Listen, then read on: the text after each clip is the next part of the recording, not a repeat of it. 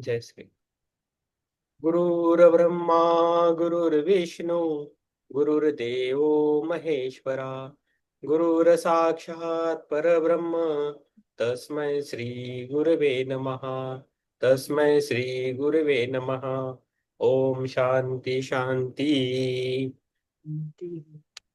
अभी universal prayer करेंगे। O hidden life O hidden light, vibrant in vibrate in every atom. every atom. O hidden light O hidden light, shining in shining in every creature. every creature. O hidden love, O hidden love, embracing embracing all in oneness. all in oneness. May each May each who feels who feels himself himself as one with thee and as with thee know he is know is also also one with one with every other. every other. Yes, thank you. Yes. तर आता काय चाललेलं आहे आपलं? Yes, हमारा book चल रहा है थियोसॉफी के पार्ट। ओके, तो जो श्री उमाशंकर जी ने लिखी है। ओके, तो ये है। तो अभी आ गए हम पेज नंबर 302। 302 पर हाँ, आखिरी पैराग्राफ। निम्न और उच्च देव। मैं शुरुआत करके देता हूँ, फिर आप पढ़िए, ठीक है ना? हाँ जी, हाँ जी। देव सूक्ष्म लोकीय प्राणी है, चाहे अच्छे बुरे या उदासीन। देवलोक तीन संसारों जो हमारे भौतिक स्तर से ऊपर के तीन स्तर है में निवास करते हैं। उनके 33 समूह या उनकी संख्या 33 करोड़ है। Theosophical glossary 98 page. सही मायने के देव केवल विकास के आरोही साप में पाए जाते हैं। प्रकृति की प्रारंभिक जीवों की तरह वे देव भी बहुत विविध है। ये वे है जो चैतन्यता समझदारी से ग्रह पर रूपों के निर्माण की कल्पना करते हैं और निर्देशित करते हैं। उन प्रारंभिक जीवों के कार्य का उपयोग करते हुए जो सौंपे गए कार्यों में प्रसन्नता और स्वेच्छा से तथा कुछ हद तक अचैतन्यता से काम करते हैं। प्रणाली के निर्माता के रूप में जाने जाते हुए वे श्रेणीबद्ध श्रृंखलाबद्ध रैंकों में काम करते हैं। उनमें से कुछ लोग ग्रहीय ईश्वर प्लैनेटरी लोगों के रूप में जाने जाते हैं और जो कुछ उन उच्च अस्तित्व के समान स्तर पर पाए जाते हैं जो मानव विकास को शामिल करने वाले 5 क्षेत्र उन मानसिक, निम्न मानसिक, एस्ट्रल, इथर, भौतिक और सघन भौतिक के शासक है। विशाल विकासवादी योजना और मानव जाति की उन्नति को आगे बढ़ाने के लिए इन देवों का कार्य उन मास्टर्स के कार्य के समन्वय में किया जाता है, जिन्हें श्वेत बंधुत्व या श्वेत भ्रातृ संघ के रूप में जाना जाता है।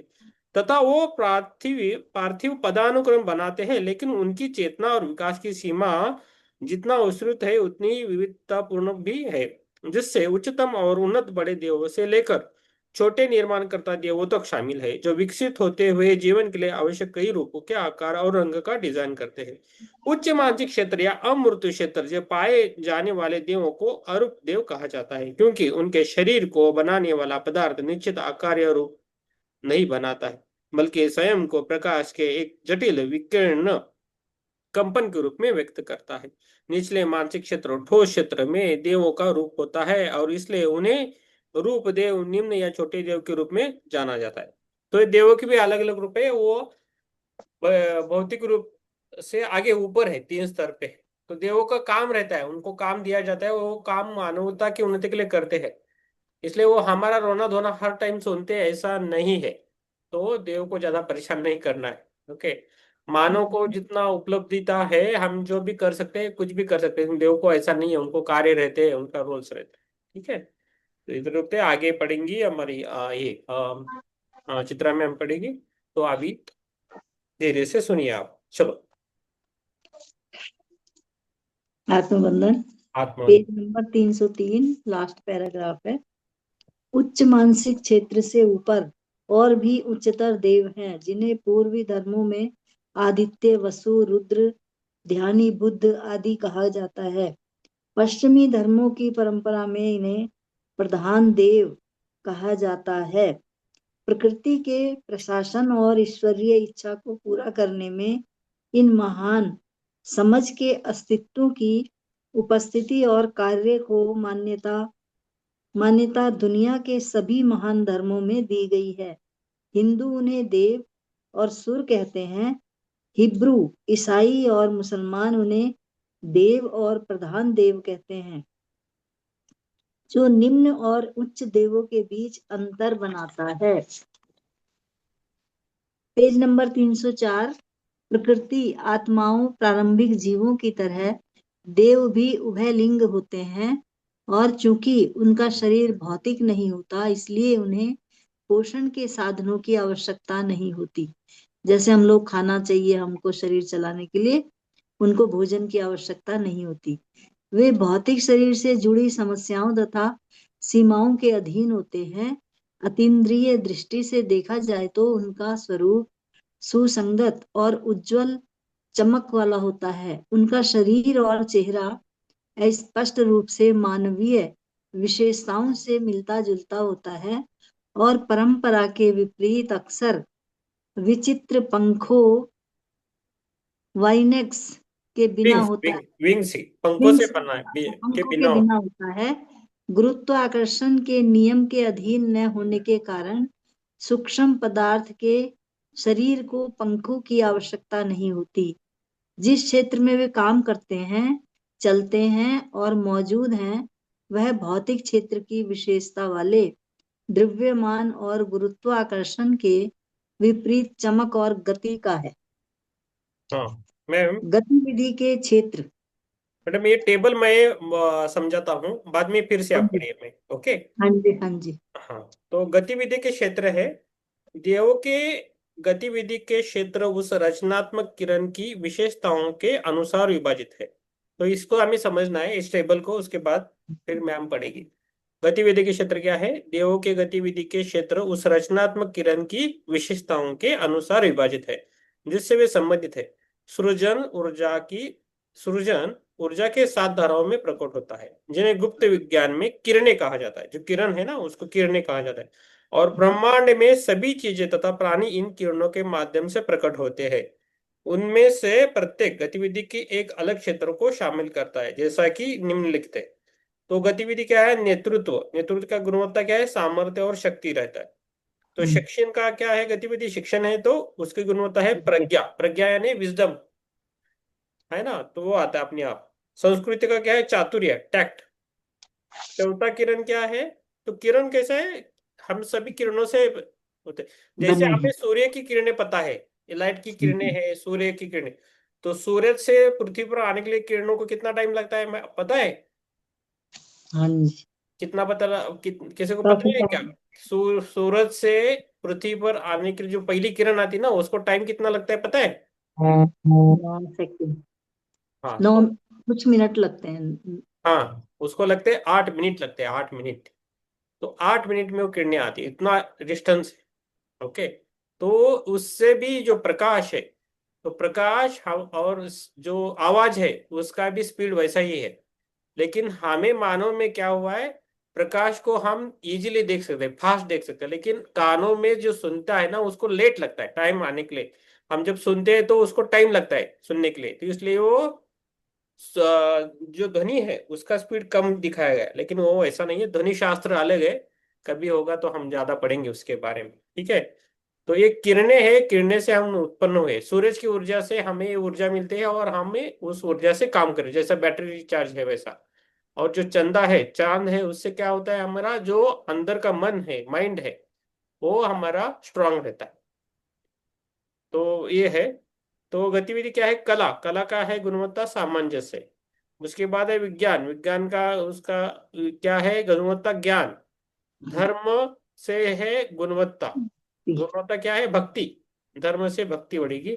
अनुष्ठान करने से सेवा बढ़ती है, तो सेवा के लिए अनुष्ठान है, ओके। प्रथम किरण के देव के बाद में है। मैडम आप पढ़िए आप।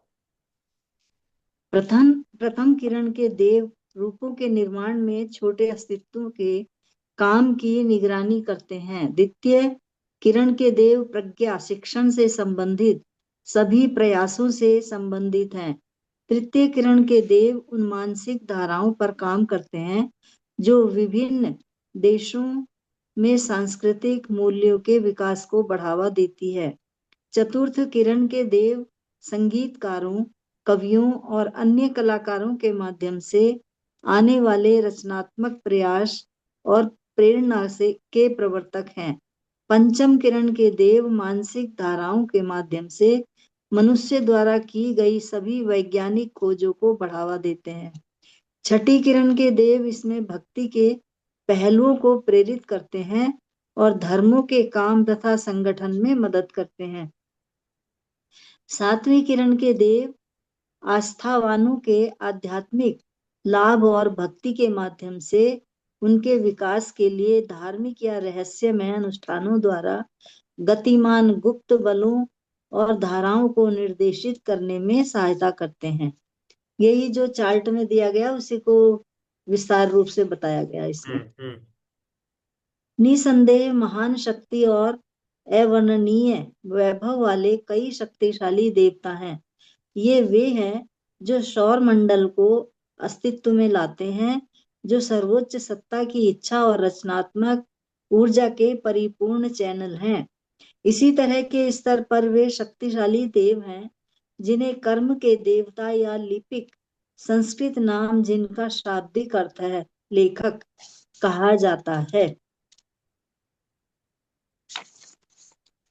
जिनका कार्य विकास प्रक्रिया को नियंत्रित करने वाले सबसे महत्वपूर्ण नियमों में से एक कर्म के नियम, कारण और प्रभाव का नियम, जो पर्यवेक्षण और विनियम स्पेयर विस एंड रिग्रेलेट करना है उसे रेगुलेट, हाँ, इसके सुपरवाइज तहत एंड रेगुलेट। हम्म पर्यवेक्षण वो और विनियमन मीन इस सुपरवाइज और पर्यवेक्षण की देख रेगुलेट। रेख करते हैं। हम्म। तहत वस्तुतः लाखों छोटे लेकिन फिर भी शक्तिशाली देव हैं जो नियम के निर्देशों को निष्पादित करते हैं और जैसे यह कर्म का नियम व्यक्तिगत और सामूहिक दोनों स्तरों पर मानव जाति को प्रभावित करता है। अभिभावक देव जिनके बारे में हम बचपन में बहुत सुनते हैं, वह वास्तव में मानव परिपूर्णता की ओर अपनी विकासवादी यात्रा की शुरुआत में प्रत्येक जीवात्मा के लिए नियुक्त एक देवता होता है। इस प्रकार उस देव का काम जीवात्मा के सभी जन्मों में उसकी रक्षा करना, जब तक कि वह बाहरी खतरों से स्वयं को मुक्त करने के लिए पर्याप्त मजबूत न हो जाए। ऐसे कई मामले हैं जो हमारे अभिभावक देवदूत के अस्तित्व का प्रलेखन प्रलेखन करते हैं। एक छोटे लड़के का मामला जो सिसिली के ताओरमिला में आए भूकंप के 6 या 7 दिन बाद मलबे के नीचे फंसा हुआ पाया गया था, अच्छी तरह से जाना जाता है। वह अब पूरी तरह से स्वस्थ पाया गया और आश्चर्यजनक रूप से बिल्कुल भी भूखा नहीं था। उसने बताया कि उसे हर दिन सफेद चमकीले कपड़े में दिखी एक महिला द्वारा भोजन लाया जाता था। कोई लिंग नहीं होने के कारण नाजुक और सुंदर देव अनुभवहीन देखने वाले जो एक प्यारी महिला का आभास देते हैं। अपने कार्य के निर्वहन में देवों ने पृथ्वी ग्रह को खंडों में विभाजित किया है जिसमें वे अपने अपने कार्य क्षेत्र को देखते हैं। पहाड़ों, जंगलों, झीलों, नगरों, खेतों, घरों, समुद्र के खंडों आदि के प्रभारी देव हैं। वो जो कुछ देव ऐसे जगहों पे भी देख रेख करते हैं और कुछ छोटे देव भी हैं जो व्यक्तिगत रूप से पेड़ों या पौधों के प्रभारी हैं। कुछ ऐसे भी हैं जो खनिजों, पृथ्वी के कुछ क्षेत्रों में पाए जाने वाले कीमती धातुओं में काम करते हैं, जिन्हें उन्होंने वहां प्रक्षेपित किया और मूर्त रूप दिया है। इन देव अस्तित्वों को अतीन्द्रिय दृष्टि से तीन के समूह में प्रक्षेपित करते देखा गया है, जो सुनहरे पीले प्रकाश की एक चमकदार किरण के रूप में दिखाई देता है, जो एक प्रकार का स्वर्ण उत्पादन करने वाला बल है। लंबे समय तक अवलोकन के बाद चट्टान के अंदर सैकड़ों फीट गहराई में एक सोने की पत्थर का धीरे धीरे निर्माण देखा जा सकता है, जिसके ऊपर देवगण लगभग 20 फुट की ऊंचाई पर पूर्ण स्थिरता में तैरते हुए प्रतीत होते थे। देवों के शरीर में एक प्रकार की अग्निमय गुणवत्ता देखी जाती है, जो अर्ध पारदर्शी भी दिखाई देती है। जब वे चलते हैं तो वे धुंध में बदल जाते हैं, लेकिन जब वे स्थिर रहते हैं तो उन्हें कम कठिनाई से देखा जा सकता है। हाँ मैम, एक देव मिनट, अभी मैं लेता हूँ। ये श्रेणियां हाँ मैं जी, लेता हूँ, उसके बाद आप पढ़िए। ओके। देवों की श्रेणियां हैं। अभी हमने क्या देखा, मैडम ने क्या बोला कि थोड़ा आप कुछ प्रॉब्लम नहीं है तो ये कैमरा ऑन रखे। ओके, मैं और मैम ही ऑन रखा है। कोई खाना खा रहा है, कुछ है तो आप कुछ अर्जेंट है तो आप रखिए ऑफ, नहीं तो ऑन रखिए, कैमरा ऑन रखो। तो आपसे उसकी क्या होता है कि आप इधर है थोड़ा ध्यान रख रख सकते हैं। कुछ आपको काम है तब आप कैमरा ऑफ कीजिए, तो आपका ध्यान रहेगा। और एक ट्रेनिंग भी बनता है, आप सभी का ट्रेनिंग भी बनता है। जब आप कैमरे के सामने बैठते हो तो आपका एक ट्रेनिंग होता है अपने आप। तो देवों की श्रेणियां क्या है, देव है ना, एक छोटे पेड़ को संभालने के लिए भी छोटे देव रहते हैं। बड़े लोग जो बड़े देव है तो पूरा बड़े बड़े उनको काम रहते हैं। जैसा हमारे मैनेजमेंट है, पंत प्रधान है, मोदी जी है, तो क्या करते हैं, पूरा देश संभालते हैं ना। लेकिन गांव का मुखिया भी रहता है ना, है ना। तो हम अपना घर देखते हैं तो हम घर का भी देखते हैं। तो ऐसे उनकी जिम्मेदारी अलग अलग है। तो ऐसा हम समझ सकते हैं। तो देव की श्रेणियां क्या है देखेंगे। यहूदी और ईसाई प्रथा में देवों के 9 मान्यता प्राप्त क्रम है। यहूदी और ईसाई। यहूदी आपको पता है यहूदी कौन है ना, इसराइल इजराइल लोग रहे ना, यहूदी लोग, वो यहूदी लोग है। ईसाई हम मीन्स क्रिश्चियन लोग हो रहते हैं। थ्रोन्स, शासक ईश्वर पिता, शिव के कार्य, वैश्विक इच्छा, यूनिवर्सल विल का प्रतिनिधित्व करते हैं। जैसे शिव के ले थ्रोन्स, उसको थ्रोन्स बोलते हैं। शिव, जो शिव जी काम करते हैं उसके जैसे वो काम करते हैं। दूसरा है सेराफिम। सेराफिम संचालन में वैश्विक प्रेम, एकजुट, ये केंद्राभिमुख शक्ति का प्रतिनिधित्व करता है। ईश्वर पुत्र विष्णु और क्राइस्ट, तो इसमें क्राइस्ट। विष्णु भी आते हैं, क्राइस्ट आते हैं। तो शिव है वो थ्रोनस है, विष्णु और कैश। शिव में दो तत्व है, शिव और पार्वती है, वो शक्ति देवती है ना, शक्ति। तो दोनों उसमें है ना, तो लिंग नहीं है ऐसा माना गया। तो हमने वो सब लिंग वगैरह पैदा किए हमारे वास्ते। तो हम जैसा सोचते हैं हमारे मन में जो है ना, वो इसी प्रकार की देव देवताएं दिखती है। जैसा देखो पहले 50 साल पहले ना लोग है ना दाढ़ी मूछ रखते थे, तो भगवान भी दाढ़ी मूछ वाले रहते थे। तो आप शिव जी को पहले देखोगे ना फोटो में, तो उनको दाढ़ी है, बड़ी वाली ऐसी दाढ़ी है, मूछ है। लेकिन आप भी शिव जी देखोगे तो मूछ नहीं है, दाढ़ी भी नहीं है। तो हमने क्या किया, हमारे जैसे हम देव बनाते हैं, हमें जो चाहते हैं ना उस तरफ से देव बना। तो ये मुख्य है। अभी ये क्या है, चेरुबिम। चेरुबिम का क्या है, संचालन में वैश्विक मन, पवित्र आत्मा, ब्रह्मा प्रकृति की आत्मा, जिसमें हमारी जगत माता के देव शामिल हो सकते हैं, जिनके विभाग में प्रकृति का मादा आधा सम्मिलित है, प्रकृति का मादा आधा सम्मिलित है। तो ये क्या है, ब्रह्मा, अच्छा। पवित्र आत्मा। ओके, ऐसा है। तो ऐसा भी माना जाता है कि देव को कुछ लिंग नहीं है, तो उनको बच्चे बिच्चे कुछ नहीं होते, तो उनका जो काम है वो करते रहते हैं हमेशा, जो उनका काम जैसे है। हिंदू धर्म के ग्रंथों में तो बताया गया कि देवताओं के शरीर नहीं होते हैं, हाँ, तो वे उनको, ऊर्जावान होते हैं। हाँ, और क्या बोला है, पंख नहीं और रहते देवों को, पंख दिखाते हैं ना, पंख। हाँ, पंख नहीं रहते क्योंकि वो सूक्ष्म रहते हैं, तो किधर भी सूक्ष्म है, जा सकते हैं, है ना, इधर भी आ मंत्र सकते की आदमी। हैं, है ना। तो ये है। और 33 कोटि बताओगा, इसमें 1 करोड़ बोल रहा है। हाँ कोटि माने श्रेणी। करोड़, हाँ 33 करोड़। हाँ 33 करोड़ 33 करोड़ के। बोलूंगा तो यस। उसमें 33 कोटि माने श्रेणी बोलेंगे। हाँ श्रेणी है। श्रेणी है। हाँ तो गाय में कितना देव दिखाते हैं, गाय में दिखाते हैं ना 33 कोटि देव है बोलते हैं ना गाय में, तो हाँ कैसे बोलते दिखाते हैं, तो है। है ना। तो जो मान्यता है उसके रूप से हम जा रहे हैं। अभी इसमें चौथी देव की श्रेणी है प्रभुत्व, डोमिनेशंस। उसमें क्या है, आपूर्ति और मांग के एजेंट, प्रकृति की अर्थव्यवस्था। आपूर्ति और मांग के एजेंट मीन्स मांगना। जैसे श्री कृष्ण के टाइम थे था ना, तो बारिश बढ़ रही थी तो क्या प्रजन्य देवता से ज्यादा बारिश कौन कर रहा था, इंद्र देवता कर रहा था ना। तो उसकी पूजा नहीं की, अर्चना की, तो वो क्या है, वो ज्यादा बारिश डाल रहा था। तो उन्होंने क्या किया, जो पर्वत है उसी को उठा लिया। उसको कोई उठा लिया और ऐसा किया, तो उसका गर्भहरण हुआ ना, इंद्र का। तो इंद्र का एक गर्भहरण किया, तो ऐसे ही वो आपूर्ति और मांग के एजेंट में रहते। तो हर एक इसमें अभी ऐसा भी बोला जाए, ध्यान हम करते हैं ना, तो जिधर जिधर अलग अलग जगह ध्यान करवाते हैं तो उनकी एक इष्ट देवता रहती है क्या। तो वो भी हमें देखना पड़ता है, तो इसलिए ध्यान भी हमें संभल के करना है। ओके। रियासतें, प्रिंसिपेलिटीज, जो क्षेत्र राष्ट्रों आदि पर शासन करते हैं, जो क्षेत्र और राष्ट्रों पे, राष्ट्र पे जो ये करते हैं ना, शासन करते हैं, वो भी। अभी शक्तियां, पावर्स। छठा है पावर्स, कर्म के देव, कारण और प्रभाव के सार्वभौमिक नियमों से निपटते हैं और सभी बुराइयों को अच्छाई में बदलने का काम करते हैं।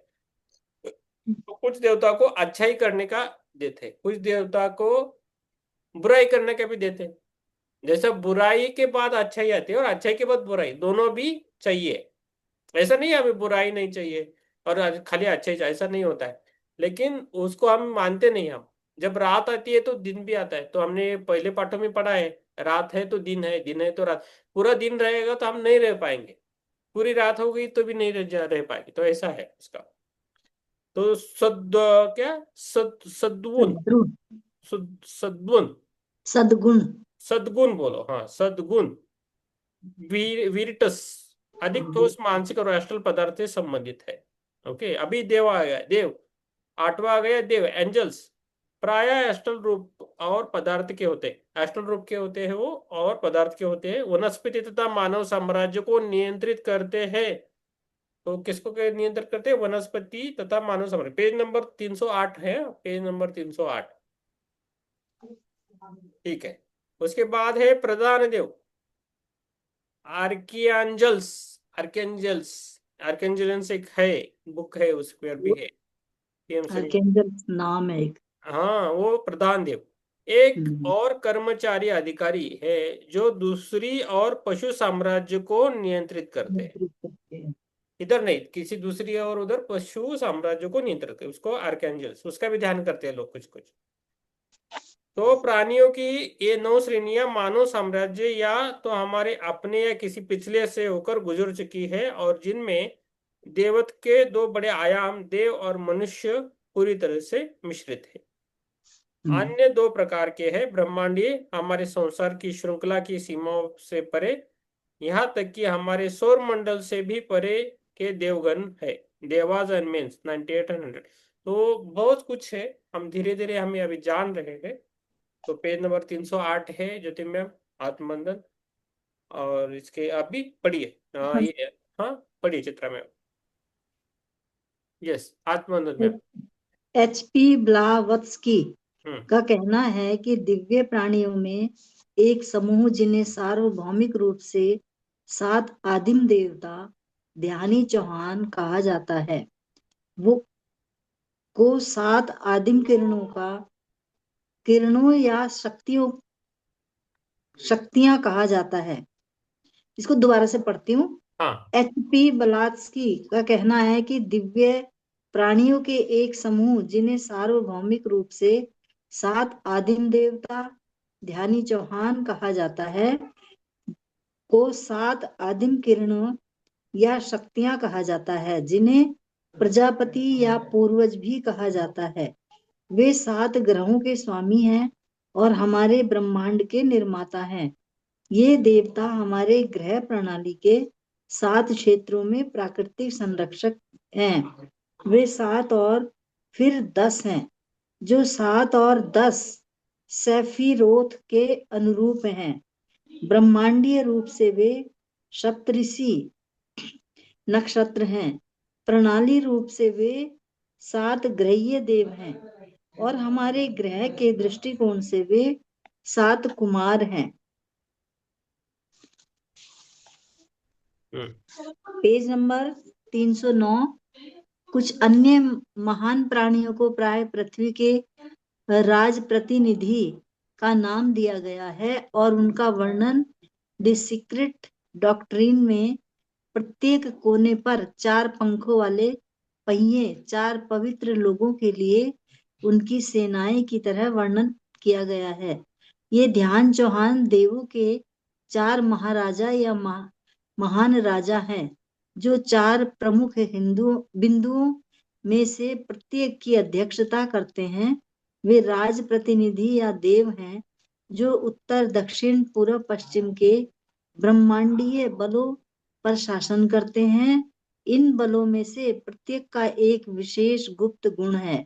ये 4 मानव जाति के रक्षक हैं और पृथ्वी पर कर्म एजेंट भी हैं, जबकि लिपिक मानवता के भविष्य से संबद्ध हैं।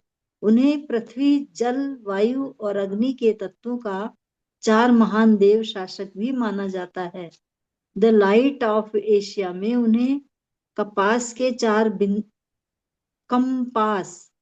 कंपास के 4 बिंदुओं के शासकों के रूप में वर्णित किया गया है। हिंदू पुस्तकों में उन्हें धृतराष्ट्र, विरुधक, विरूपाक्ष और विश्वर्ण जैसे नामों के साथ चतुर महाराज कहा जाता है।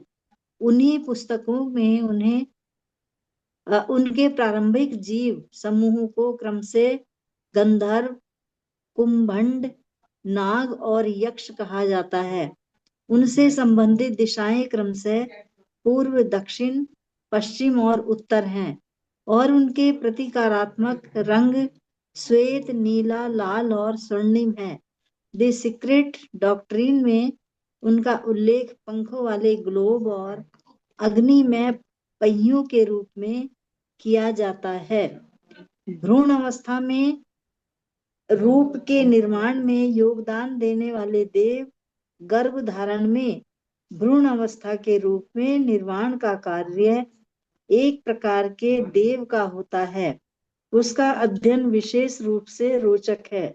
अतीन्द्रिय दृष्टि के आधार पर जयाफे हार्डसन ने कहा है कि गर्भाधान के समय व्यक्ति के भौतिक स्थायी परमाणु को नवनिर्मित जुड़वा कोशिका, जिसे युग्म नज के नाम से जाना जाता है, वे एक देवदूत द्वारा जोड़ा जाता है।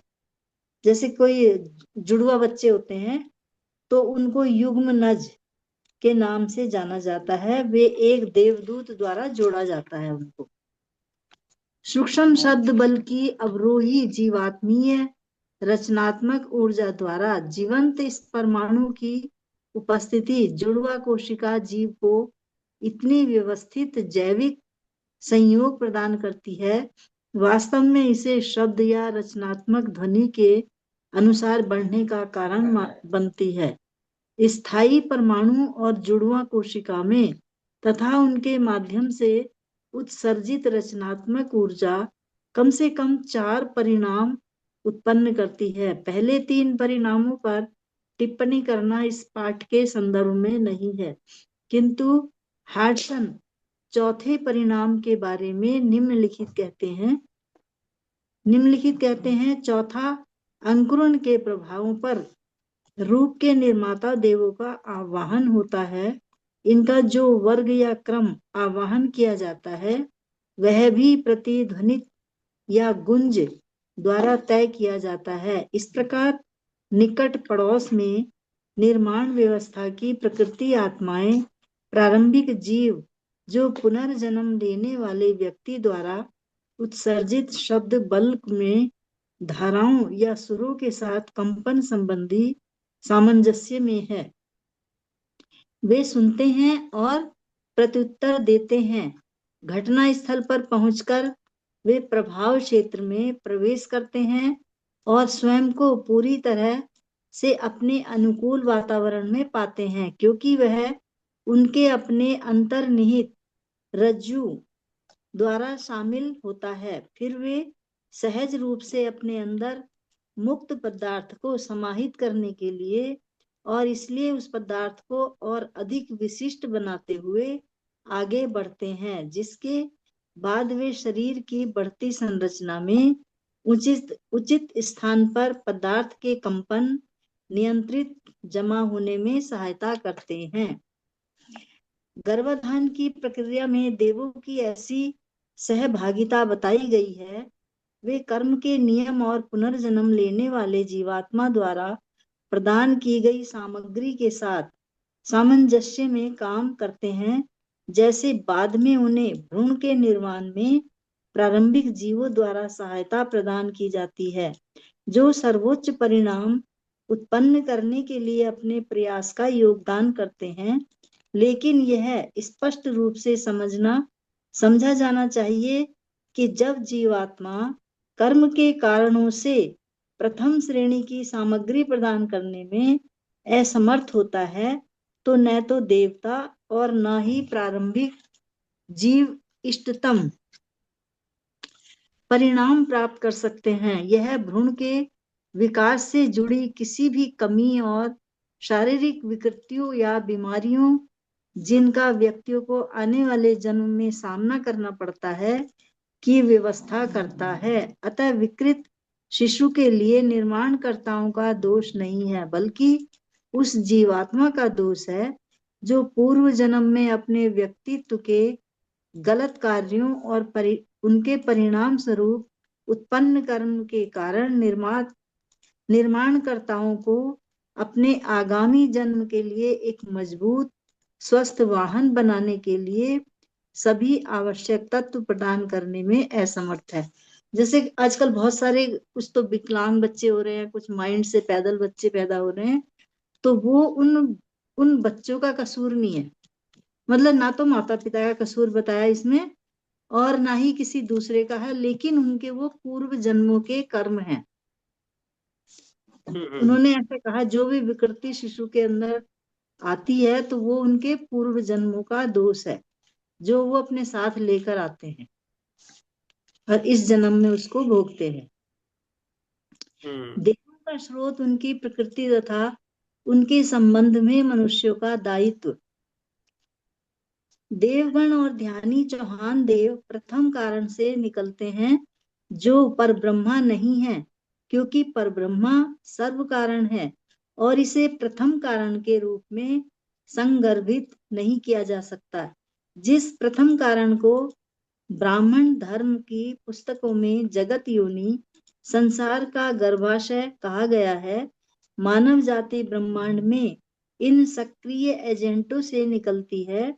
हमारे दर्शन के अनुसार उच्चतम सृजित देव स्वयं वही से आए, जैसा विश्व के साथ एक, चाहे हम उन्हें ब्रह्मा ईश्वर या पुरुष कहें, वह व्यक्त देव हैं, इसलिए सृजित या सीमित और संस्कार ग्रस्त हैं। यह बात बाह्य शिक्षाओं से भी आसानी से सिद्ध हो जाती है। पवित्र देवों की दीप्तिमान महिमा इस भौतिक तल की वस्तुओं से कहीं अधिक वास्तविक है और किसी भी तरह से कम नहीं है। यदि हम मात्र वाहनों के बीच तुलना करना चाहें तो उनके शरीर हमारे शरीर से कहीं अधिक वास्तविक और अधिक स्थायी हैं, क्योंकि ये श्रेष्ठ प्राणी हमारे यहाँ की चेतना से कहीं अधिक दीर्घजीवी और कहीं अधिक जीवंत हैं। ये परिपूर्ण होते हैं जब प्रारंभिक मनुष्य नहीं होते और अपने उच्च कम भौतिक क्षेत्रों में पार्थिव मनुष्य से नैतिक रूप से भिन्न हैं, केवल इस मायने में कि वे व्यक्तित्व और मानवीय भावनात्मक प्रकृति की भावना दो विशुद्ध रूप से सांसारिक विशेषताएं से रहित हैं। पहले वाले या परिपूर्ण लोग उन भावनाओं से मुक्त हो गए हैं, क्योंकि उनके पास अब वह मांसल शरीर नहीं है जो उनके जीवात्मा को सर्वदा सन्न करता है, और शुद्ध आध्यात्मिक तत्व को अब अबाधित और अधिक मुक्त छोड़ दिया गया है। इसलिए वे मनुष्यों की तुलना में माया से कम प्रभावित होते हैं, जब तक कि मनुष्य सिद्ध न हो जो अपने दो व्यक्तित्वों आध्यात्मिक और भौतिक को पूरी तरह से अलग रखता है। प्रारंभिक मोनाड जिनके पास अभी तक कभी भी स्थलीय शरीर नहीं थे, उनमें व्यक्तित्व या अर्ध या अहमवाद की कोई भावना नहीं हो सकती। इनमें से किसी भी प्राणी उच्च या निम्न के पास अलग अलग अस्तित्व के रूप में व्यक्तिकता या व्यक्तित्व नहीं है, इस अर्थ में कि जैसे एक मनुष्य कहता है मैं स्वयं हूँ और कोई नहीं। दूसरे शब्दों में वे पृथ्वी पर मनुष्यों और वस्तुओं जैसी किसी विशिष्ट प्रतीकता के प्रति सचेत नहीं है। वैयक्तिकता उनके संबंधित पदानुक्रमों की विशेषता है, न कि उनकी इकाइयों की, और वे विशेषताएं केवल उस स्तर के हद के साथ बदलती हैं जिससे वे पदानुक्रम संबंधित हैं। इसलिए एडवर्ड यंग यह कहने में सही थे कि देवगण श्रेष्ठ प्रकार के मनुष्य हैं और इससे अधिक कुछ नहीं। वे न तो सहायता करने वाले और न ही रक्षा करने वाले देवता हैं, और न ही वे सर्वोच्च के अग्रदूत हैं। इससे भी कम वे किसी ईश्वर के क्रोध के दूत नहीं हैं। जैसा कि मनुष्य की कल्पना ने रचा है, सुरक्षा के लिए उनकी प्रार्थना करना उतना ही मूर्खतापूर्ण है जितना यह विश्वास करना कि उनकी सहानुभूति किसी भी प्रकार की आराधना से प्राप्त की जा सकती है, क्योंकि वे स्वयं मनुष्य की तरह ही हैं, अपरिवर्तनीय कर्म और ब्रह्मांडीय नियम के दास और प्राणी हैं।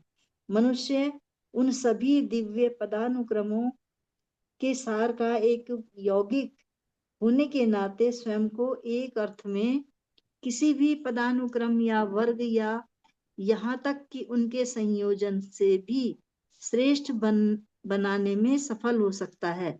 ऐसा कहा जाता है मनुष्य न तो देवताओं को प्रसन्न कर सकता है और न ही उन्हें आदेश दे सकता है, लेकिन अपने निम्न व्यक्तित्व को पंगु बनाकर और उनके द्वारा अपने उच्च स्व आत्मा की एक परमात्मा से अपृथकता के पूर्ण ज्ञान पर पहुंचकर मनुष्य अपने भूलोकीय जीवन के दौरान भी हम में से एक बन सकता है। इस प्रकार ज्ञान का फल खाकर जो अज्ञानता को दूर करता है, मनुष्य एलोहिम या ध्वनियों में से एक बन सकता है, और एक बार उनके स्तर पर एकजुटता और पूर्ण सद्भाव की भावना जो हर पदानुक्रम में शासन करती है को उस पर विचार करना चाहिए और हर विशेष परिस्थिति में उनकी रक्षा करनी चाहिए। जैसा कि हम मानते हैं ना कि हम देवी देवताओं की पूजा करेंगे तो हमें हमारी समस्याओं का हल मिल जाएगा या हमें कुछ मिल जाएगा या उनको खुश करके हम कुछ पा सकते हैं, ऐसा नहीं है। इसमें ये बताया गया। समझ में आया अभी सभी को? क्योंकि जो भी देवी देवताएं जो शक्तियां उनके पास हैं, तो हम भी धरती पर रहकर वो बन सकते हैं, हम भी वो देव बन सकते हैं। समझ में आया ना? देवों को क्या नहीं कर सकते ज्यादा? देव हाँ, ये को पूजा बोलना नहीं पाठ मुझे ऐसा ये दो वो दो, ये करो वो करो, उसका वही तो, अच्छा वो कुछ हो नहीं कर इसका ऐसा सकते हो हमारे ऐसा लिए। हो, ऐसा नहीं बोलना ये हमारा भ्रम है ना? है, मनुष्य का हाँ, भ्रम है। हमारे अंदर है सब कुछ, हाँ। हमारे अंदर सब कुछ है, हमारा सबकॉन्शियस माइंड में सब कुछ है, वही मांगना है। भूल हम्म। जाते हैं। लेकिन गुरु रहते हैं ना, गुरु की महिमा अलग है। ओके, देव का देव अलग है, गुरु अलग। गुरु है ना, कुछ भी कर सकते हैं, लेकिन हम्म। वैसे शिष्य भी चाहिए। आज गुरु आ रहे हैं इसलिए बोल रहे हैं, तो गुरुओं को ज्यादा अधिकार है, देवों को भी नहीं। देव, गुरुओं के आगे ये देव भी झुकते हैं। हाँ देव पैर गुरुओं पड़ते की हैं। बात देव भी मानते हैं। यस, तो हर हर हर युगों में देखो, देव भी शिष्य बने हैं गुरुओं के। तो श्री हम्म। कृष्ण जी है, राम है, जो भी है वो शिष्य बने हैं। तो और इंद्र तो देवताओं के गुरु है, सबसे बड़े गुरु मतलब देव हैं। हाँ वो भी बृहस्पति के शिष्य रहे हैं और बृहस्पति जी का ही वो मानते थे कहना। हाँ। और तो एक बार वो गुस्सा हो गए थे उनसे, तो हम्म उनका बहुत बड़ा अहित हो गया था। हम्म ध्यानी चौहान अपने चरित्र में द्वैत हैं। क पदार्थ में निहित आकर्षित पाश्विक ऊर्जा और क्षय समझदार जीवात्मा या ब्रह्मांडीय चेतना जो उस ऊर्जा का निर्देशन और मार्गदर्शन करती है, तथा जो वैश्विक मन के आदर्श विस्तार को प्रतिबिंबित करते हुए ध्यानी चौहानिक विस्तार विचार है, जिसके परिणाम स्वरूप मनवंतर की अवधि में पृथ्वी पर भौतिक अभिव्यक्तियों और नैतिक प्रभावों की एक सतत श्रृंखला उत्पन्न होती है।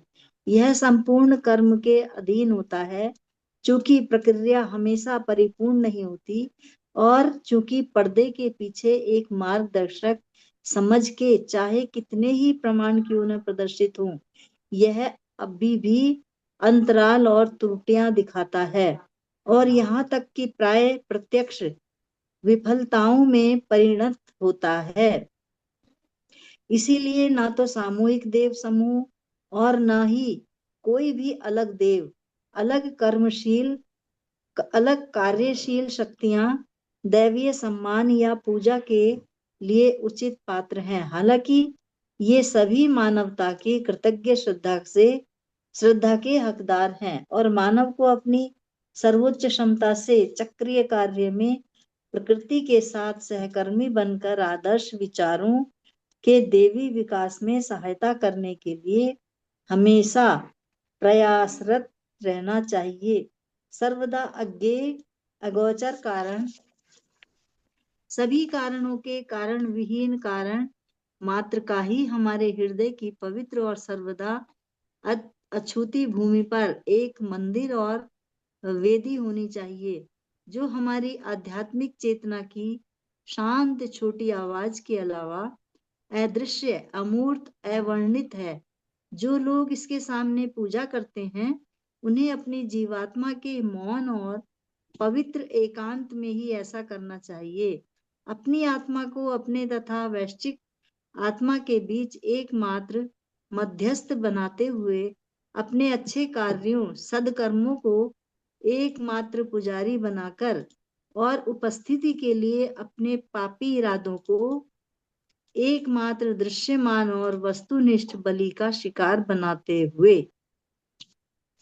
यस। अब तो इन्होंने ये भी कहा है कि उनकी स्थापना करके उनकी पूजा करनी चाहिए। नहीं, ये किसके लिए? खुद की करना है, सद्भाव रखना है, अच्छा रहना है, वो वैसी वाली पूजा चाहिए, ना ही हम्म। डायरेक्टली देवों के। ये फिर से देखता हूँ, जो हमारे आध्यात्मिक चेतना की शांत छोटी आवाज के अलावा अदृश्य अमृत अवर्णित है। जो लोग इसके सामने पूजा करते हैं, उन्हें अपनी जीवात्मा के मौन और पवित्र एकांत में ही ऐसा करना चाहिए। अपनी आत्मा को अपने तथा वैश्विक आत्मा के बीच एकमात्र मध्यस्थ बनाते हुए अपने अच्छे कार्यों, सत्कर्मों को एकमात्र पुजारी बनाकर और उपस्थिति के लिए अपनी पापी इरादों को एकमात्र दृश्यमान और वस्तुनिष्ठ बलि का शिकार बनाते हुए करना। तो दिन में हम जब काम करते हैं ना, तो अच्छा वाला काम करना है। तब हमें बुरा भी ख्याल है तो उसको सामने रख के अच्छा ही काम करना है। तो हमारी जो आत्मा है, जो ऊपर वाली है, जो हमारी प्राइम आत्मा है, उसका और हमारा रिलेशन बनता है, उसकी हमें पूजा करनी है। ऐसा है, देवों का नहीं। देव अलग है। देव के बारे में बोला ना अभी, उनको काम रहते हैं, उनको कुछ मांगना नहीं। मैं तो उनसे बचपन से मांगना नहीं नहीं है। मांगता था, बचपन से नहीं मांगता था देवों से कुछ, हम्म। अभी भी नहीं मांगता। वो दे ही नहीं सकते। हाँ, एक बार ही मांगता था मुझे, लेकिन मुझे ये ज्ञान भी नहीं था, तब से भी नहीं, मतलब सबको पर भला। ना ही वो हमारा रोना धोना सुनते हैं। हाँ, वो क्या, वो सुनते हैं लेकिन वो करते नहीं फिर। है ना। तो अब ये लास्ट चैप्टर है, आप एक दो ही आप भी बचे हैं रुकेंगे बस। मैडम, हाँ जी। रुकेंगे अभी? आप भी हाँ रुकेंगे? जी, हाँ। 10 बजने वाले हैं आज। हाँ, अभी 10 बजने वाले हैं, थोड़ा और बोल सकते हैं। नैतिकता का उद्देश्य कल हो सकता है, क्या देखेंगे। हम्म। नैतिकता का हो सकता है 460 के प्रतीक है। प्रतीक क्या है वो सुन सकते हैं। 335, 336 पेजेस है, 37। हो जाएगा, आप आ गए तो हो जाएगा 2 दिन में, आज और कल। हाँ जी। फ्राइडे और सैटरडे हो जाएगा, है ना। तो और थोड़े पेजेस है, हो जाएगा। हाँ, यस। और किसी कुछ बोलना है?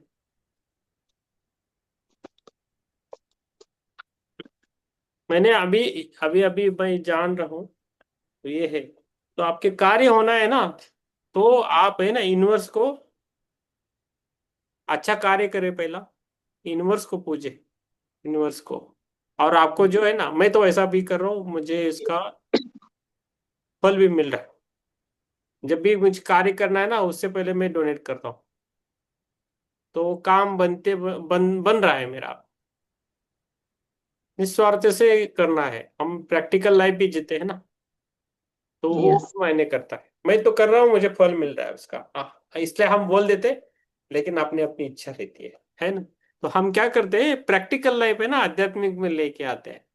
तो इसके जीवात्मा के रूल बहुत अलग है, और हमारे प्रैक्टिकल लाइफ तो पूरी अलग है।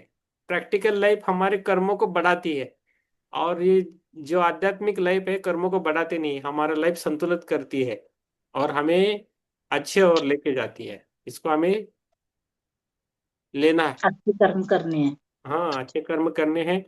मन में हाथ से पैर से करते वो कर्म, वो अलग बात है। मन में सोचना भी नहीं है गलत, दूसरों के बारे में, दूसरों को कंपेयर नहीं करना है, वो भी है। उसमें पढ़ना ही नहीं, आप जब सोचते हैं तभी भी कर्म बनते हैं, आप सोते हैं तभी भी कर्म बनते हैं, है ना। तो हम क्या करते हैं, प्रैक्टिकल लाइफ से हम जो हमारा एक बनता है, एक इंटेलिजेंस बनता है, तो वो उससे हम करते हैं। हाँ, मुझे पता है वो क्या है, मुझे पता है वो क्या कर सकती है, मुझे पता है वो क्या कर सकता है। ऐसा हम सोचते, वैसा नहीं सोचते। हमारे अपने इसमें रहना, हमें हम क्या है वो समझ में नहीं। अभी कभी कभी क्या होता है, हमें समझ में नहीं आता कि हम क्या है, हमारी मर्यादा क्या है, समझ में नहीं आती। तभी इसलिए हम सज्जन सांगत्य करते हैं, तो हमें अपनी मर्यादा का समझ समझ में आता है, हमारी मर्यादा समझ क्या है। रहता हाँ, है। ऐसा है। ठीक है, ठीक है।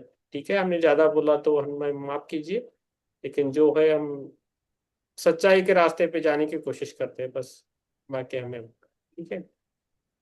यस। चलो, ध्यान करेंगे। करते हैं। यस। और चित्रा मैम, आपकी तबीयत ठीक है अभी? अब ये तो थोड़ा दर्द तो है, थोड़ा और जो दर्द? पैरों के जख्म है वो अभी थोड़े से हैं। पैरों को जख्म? ओके। वो शुगर की वजह से ना, पैरों शुगर तो नहीं बढ़ रहा, लेकिन वो पैरों के जख्म जो है ठीक नहीं होते जल्दी से। ओके। अभी जैसे ठीक हो गए थे, फिर एक दिन पस आने लगी।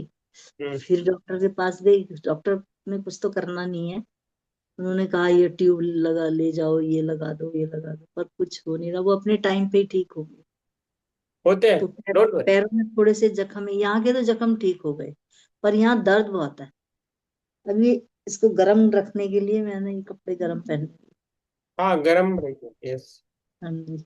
यस। जब और थोड़ी सी भी ठंड लगती है तो ये चीज अकड़ जाती है एकदम। फिर ओके। इसमें दर्द होता है, जैसे कपड़ा भी ना छुआ जाए ऐसा। और कौन बीमार है हमारे इसमें? चित्रा मैम का तो ऑपरेशन हुआ है। ज्योति मैम का तबीयत कैसा है, भी ठीक है? विवेक, उनकी फैमिली, उनका कॉलेज, कहाँ गए?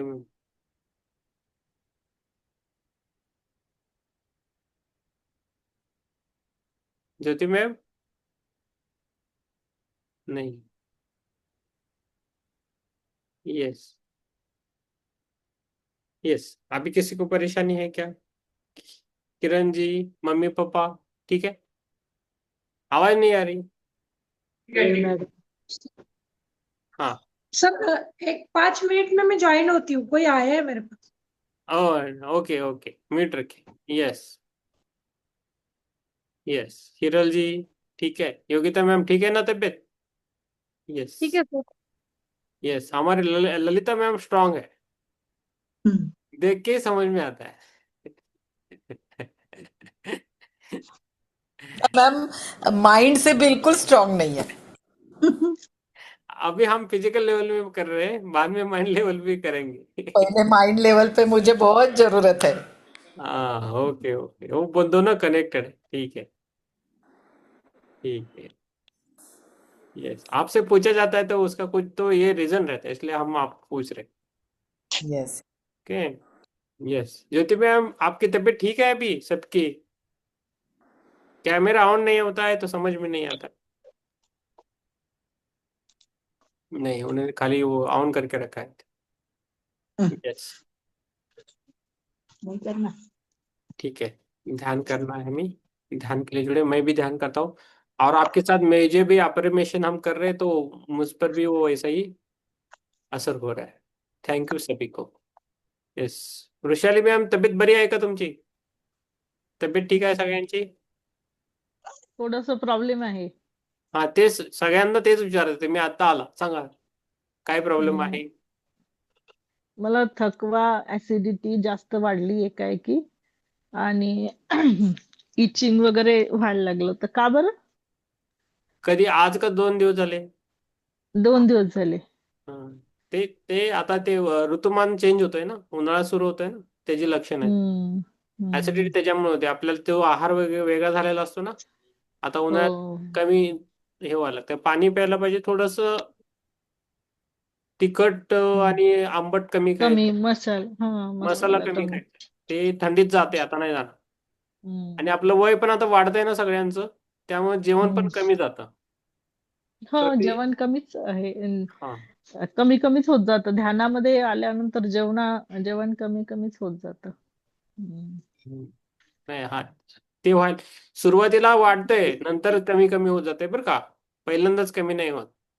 हम्म. सुरुवातीला जे ध्यानात येतं त्यांचं जेवण वाढतंय बरं का, त्यांना वाटेल बाबा हम्म. मी जेवते कशी, एवढं कसं जातंय मला, असं नाही, जातं जेवण. आणि परत एकदा ते बॅलन्स व्हायला लागलं ना सगळं, जीवनसत्व वगैरे, मग कमी व्हायला लागतं जेवण, तोपर्यंत होत नाही. हम्म. ठीक आहे, जेवण कमी. होतंय तसं. प्रीतम सर, बोला बोला. माझं सगळं आता रिपोर्ट्स मध्ये सगळं उलट चांगलं आहे, B12 वगैरे, पण माझे हे हाताचा असा हा पंजा, हे बोट, अशी सेम पायाचं, अशी सगळी हाडं फार दुखतात. तुम्हाला एक उपाय सांगतो साधा सोपा. हम्म. रोज एक ग्लास घ्यायचा पाण्याचा, हा. नॉर्मल किंवा थोडंसं कोमट पाणी, त्यात लिंबू पिळायचा रोज. हा. अर्धा लिंबू घ्यायचा, अर्धा जात असेल तर अर्धा, आणि त्यातला आणि एक फोड, 4 फोडी करतो ना आपण लिंबूच्या, हा, ती एक फोड घ्यायची आणि एक ग्लास मध्ये ते हे करायचं, आणि रोज प्या सकाळी. तुम्ही सकाळी काय घेत असाल तर मला माहित नाही, मला पण त्रास होत होता त्याचा, तर मी ते घेऊन माझं कमी झालंय. ते काय होतं, युरिक ऍसिड असतं ना, युरिक ऍसिड्स, हा. ते असे जॉईंट्स मध्ये जाऊन बसतात, ओके. आणि त्यामुळे ते जॉईंट दुखतात. मग ते युरिक ऍसिड डिझॉल्व्ह करायला आंबट फळं असतात ती चांगली असतात, मग द्राक्षे का, खरं लिंबून फास्ट होते. ओके, ठीक आहे, घेते. तुम्ही करून बघा, आठवड्यावर मला सांगा, ओके. मला फरक जाणवणार लगेच. ओके. ठीक आहे, सगळ्यांनी केलं तरी सर मैं चालतं. बोलूं? हा बोला बोला. सर मुझे भी कुछ बोलना है। हाँ बोलिए। सर मेरी तबीयत ठीक नहीं रह रही है, मेरे को बहुत स्वेलिंग आ रही है पूरे बॉडी पे, हाँ और बहुत हीट निकल रही है बाहर, बहुत पसीना आ रहा है, पता नहीं चल रहा है। आप है ना फ्रूट खाते हो डेली? नहीं खाते? हाँ, खाते हो फ्रूट, क्या खाते हो फ्रूट? ग्रेप खाती हूँ, हाँ संतरा, एप्पल। ओके, आप कितना टाइम खाते हो? 3 टाइम, 4 टाइम, 2 टाइम? मतलब फ्रूट नहीं नहीं, खाना नॉर्मल कभी भी? खाना सिर्फ सुबह और रात में 2 टाइम। दोपहर को? नहीं, शॉप पे रहती हूँ। नहीं, तब नहीं खाना खाते हो। और सुबह भूख लगती है क्या? हाँ, और रात 10 बजे तो खाना चाहिए मेरे को, नहीं तो फिर सिर दुखता है। हाँ, 10 बजे खाना है, तभी आप, हाँ 10 बजे खा के ही जाते हो, है ना? हाँ, खाना खा के फिर शॉप पे जाते। हाँ हाँ। तो सुबह थोड़ा फ्रूट खा के देखो, बाद में भूख लगता है तो दोपहर को एक डब्बा लेके जाओ। थोड़ा इंटरमीडिएट फास्टिंग किया तो बहुत इफेक्ट होता है। आपको गोलियां चालू है तो संभल के करना है इंटरमीडिएट फास्टिंग। तो मैं कैसे करता हूँ, दोपहर 12 बजे तक नहीं खाता कुछ। तो कभी लगा तो एक आध बार फ्रूट खाता हूँ। तो इंटरमीडिएट फास्टिंग में बनता है, भूख लगती है तभी मैं खाना खाता हूँ। और उसमें अभी दो है, अभी चावल और रोटी साथ में नहीं खाना है। इसमें क्या है, चावल और रोटी साथ में नहीं खाना है। आप चावल खा रहे हो तो रोटी मत खाओ, चपाती मत खाओ। और रोटी खा रहे हो तो चावल मत खाओ, दोनों एक साथ में। और ये एक क्या पोर्शन बनाने हैं, मीन्स एक पोर्शन रहता है ना, 4 पोर्शन बनाने खाने के कभी भी। तो आप चावल का एक एक कटोरा लिया, तो भाजी सब्जी का एक कटोरा, दाल का एक कटोरा, और कुछ सैलेड, ऐसा खाना चालू करना है। और खाने के दोपहर के टाइम ना पहला सैलेड खाना है। पहला सैलेड खाना है, ककड़ी, टमाटर, जो भी सैलेड आपको अच्छा लगता है उसको खा सकते हैं। पहला सैलेड खाना है, उसके बाद आप कुछ खाना है तो खाइए। और पैकेज फूड सभी बंद करना है, धीरे धीरे कम बंद करना है सब, कुछ भी है। नहीं कर रही, हाँ, मैं कुछ भी नहीं आपके कर रही। सबके लिए बोल रहा हूँ अभी, सबके लिए बोल और रहा हूँ। कल नीरज पिज्जा मैडम खा के लिए लिया बोल था। दो। हाँ कल पिज्जा खाया था। हाँ, पकड़ गया सर पकड़ बहुत गया। दिनों के बाद खाया सर जब से मैंने। घर से बना फूड है, बाहर बहुत से ही दिन आता है ना। सर, बहुत दिनों के बाद खाया। ठीक है, कभी तो खाया तो ठीक है। और एक आदत नहीं बनानी फूड की कभी भी, मुझे यही चाहिए, मुझे यही अच्छा लगता है, ये सब हटाना है दिमाग तो से। तुम्ही इथं लिहून ठेवले एमडी आणि क्रीम होते. हाँ, तो वो उमाशंकर जी आए थे, उन्होंने बोला था कि हर टाइम हमें चेंज करना है। 200+. हर टाइम हमें चेंज करना है। जैसा अभी अभी कुछ चाय सुबह ही पी रहे हो, कभी कभी शाम को पीजिए। चाय तो कम ही करना है, दूध मिक्स के कर नहीं करना है। कौन है क्या? बात कौन बात कर रहा है आपसे? ओके, फोन से। हाँ. तो ठीक है, तो सबका अलग अलग है, लेकिन फॉलो कैसा करना है खुद, और खुद का है ना, शरीर बोलता है हमें क्या चाहिए, वो खाना चाहिए। भले उसी टाइम वो आपको गलत लगेगा, लेकिन और ये है ना, कौन सा भी खाना है ना, ज्यादा नहीं खाना चाहिए और कम भी नहीं खाना चाहिए। कम भी खाया तो भी प्रॉब्लम है, ज्यादा खाया तो भी प्रॉब्लम है। संतुलित चाहिए। और जैसा एज बढ़ता है तो धीरे धीरे हमारा खाना कम होना चाहिए, और होता ही है वो। और जब हम ध्यान में, तो मैं नॉनवेज की बात ही नहीं करूंगा कभी भी, नहीं, नॉनवेज नहीं खाते सर. है ना? तो ध्यान में। Only veg. ओनली हाँ, वेज. लेकिन दूध जो खाते हैं ना, दूध खा सकते हो आप। तो आपका जो भी कैल्शियम वगैरह अच्छा रहेगा, गोलियां लेने की जरूरत नहीं पड़ेगी।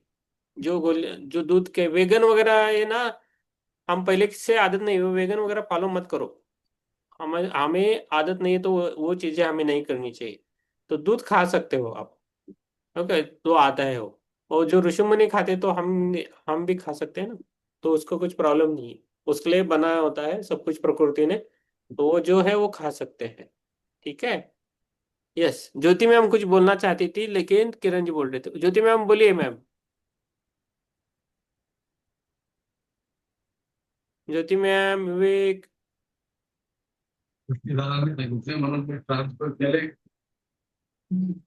हाँ तो को बोल रहे.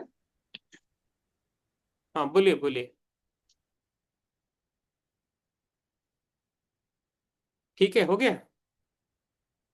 यस, तो चलो ध्यान में बैठेंगे। कितना टाइम हो गया? चलो, 10:06 हो गए। हम थोड़ा ये सुन के उसी हिसाब से, हम तो डॉक्टर नहीं है, लेकिन जो हमें अच्छा कर पा सकते हैं, कुछ हम एक दूसरे से सज्जन संगत करके सुन के जो कर सकते हैं वो करेंगे, है कि नहीं? चलो, ध्यान के लिए आज गुरुवार है, तो उसके हिसाब से हम ध्यान करेंगे। चलो, ध्यान के लिए बैठना है आराम से। मेरा कैमरा बंद रहा तो आप स्टार को देखना है, मुझे नहीं देखना है, तो स्टार को देख लीजिए। और उसके ऊपर ध्यान करके उस उसको आप देख के ध्यान करना है। उसकी जो लाइट है उसको आप देख सकते हो और ध्यान करना है।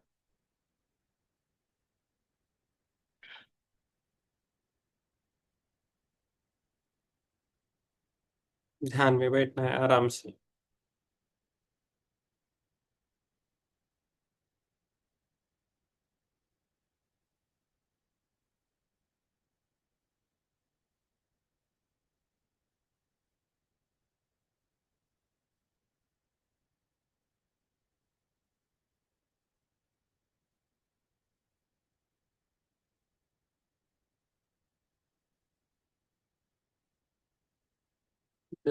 जब हम बैठते हैं तो अपनी सांस को लेना है और छोड़ना है, और वैसे हमें करना है।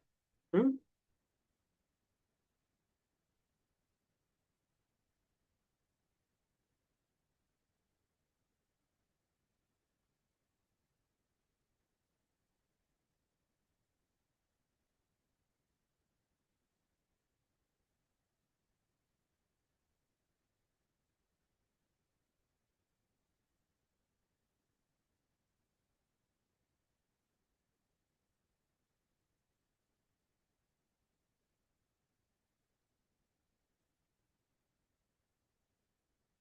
श्वास को लेना है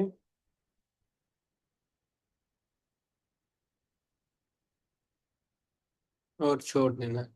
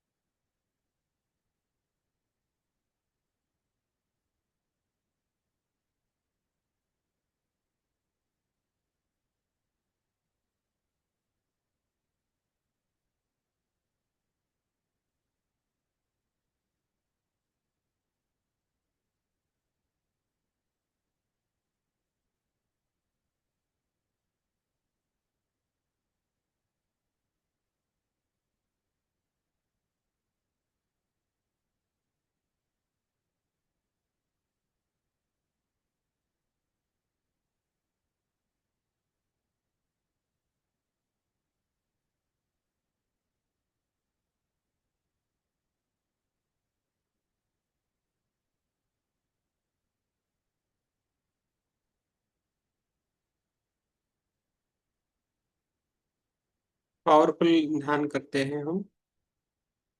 धीरे धीरे आपको अभी नहीं समझ में आएगा, धीरे धीरे आपको समझ में आएगा इसके पावर्स। लेकिन आपके लिए बहुत अच्छा रहेगा ये। आप छोड़िए मत ध्यान, बीच बीच में आना जाना मत कीजिए, आपके लिए अच्छा रहेगा, आप कंटिन्यू करेंगे इसको।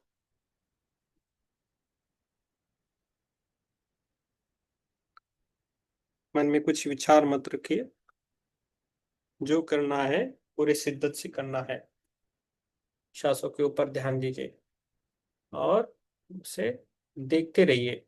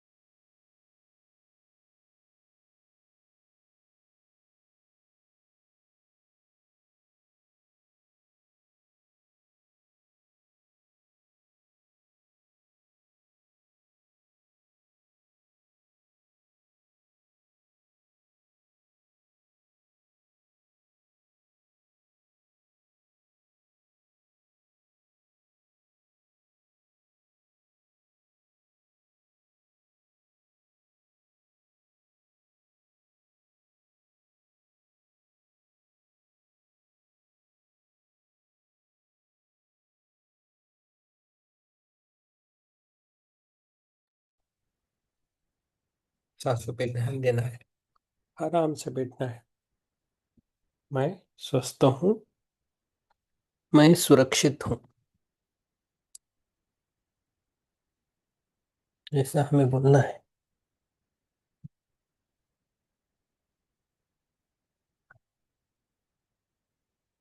मैं स्वस्थ हूँ, सुरक्षित हूँ। जो हमारी सांस है ना अभी, उसको धीरे धीरे करने की कोशिश करें हम। जब भी दिन में बैठे इधर उधर है, जब भी ध्यान जाए,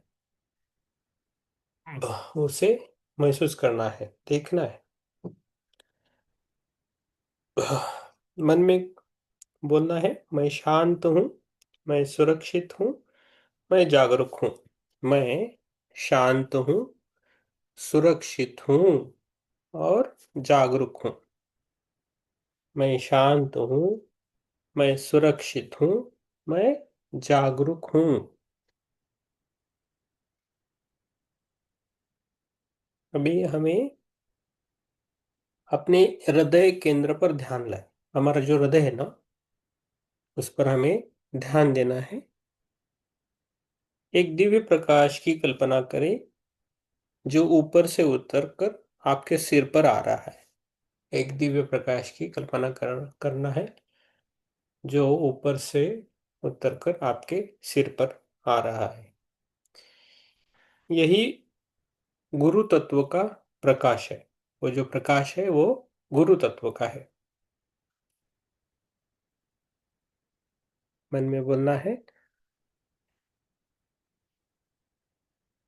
उसे अभी मन में हमें बोलना है, मैं गुरु तत्व का आभारी हूँ।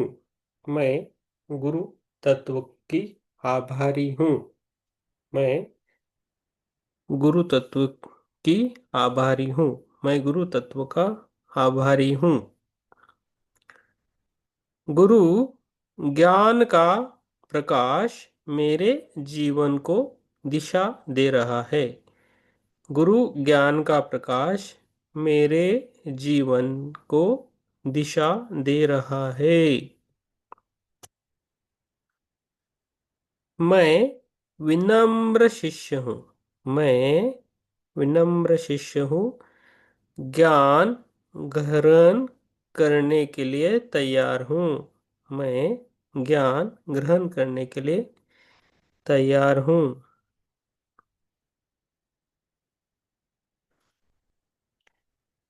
अभी अपने जीवन में जो जो भी गुरु आके गए, वो मेरी माता हो सकती है, पिता हो सकते हैं, अलग अलग शिक्षक हो सकते हैं, मार्गदर्शक होते हैं, और जो हमने जीवन में अनुभव आए, उन सभी को हमें थोड़ा स्मरण करना है।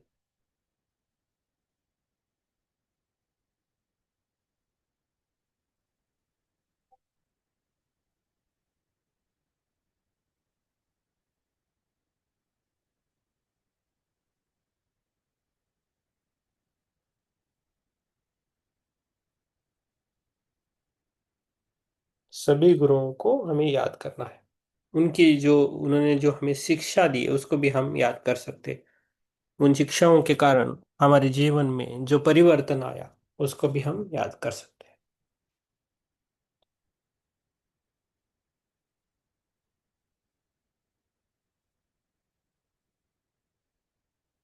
मैं गुरु तत्व का आभारी हूँ। उन सभी गुरुओं को हमें आभार व्यक्त करना है, धन्यवाद बोलना है। मेरे अपनी माता को, पिता को, भाई को, बहन को, जो भी रिश्ते हैं, उन सभी रिश्तों को हमें धन्यवाद देना है, आभार व्यक्त करना है। अब धीरे से वो सभी गुरुओं को प्रणाम करना है। सभी गुरुओं को प्रणाम करना है। आपका ज्ञान मेरे जीवन की ज्योति है। आपका जो ज्ञान है वो मेरे जीवन की ज्योति है। अभी हम पुस्तकों के लिए आभार व्यक्त करेंगे। अपने सामने एक उज्जवल गोल्डन किताब की कल्पना करें। आपके सामने एक गोल्डन बुक है, उसकी कल्पना करें। वह ज्ञान, अनुभव और सत्य का प्रतीक है। वो जो बुक है, जो पुस्तक है, वो ज्ञान का, अनुभव का और सत्य का प्रतीक है। और हमें दोहराना है, ज्ञान की हर पुस्तक मेरा मार्गदर्शन करती है। ज्ञान की हर पुस्तक, ज्ञान की हर पुस्तक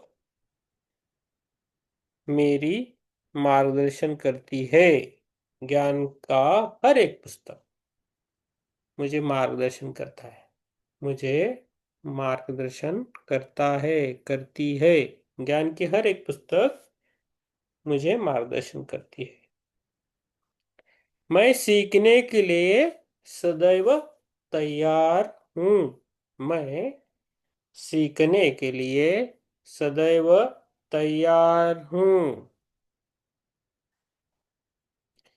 मैं सीखने के लिए सदैव तैयार हूँ। ज्ञान मेरे जीवन को समृद्ध बना रहा है। ज्ञान मेरे जीवन को समृद्ध बना रही है। ज्ञान मेरे जीवन को समृद्ध बना रही है। महसूस करें, हर पुस्तक आपके मस्तिष्क में प्रकाश भर रही है। बस हमें महसूस करना है कि सभी जो भी बुक्स है, पुस्तक है, वो आपके सिर में या मस्तिष्क में प्रकाश डाल रहा है। प्रकाश से आपका मस्तिष्क भर रहा है। ज्ञान का प्रकाश, उज्जवल प्रकाश।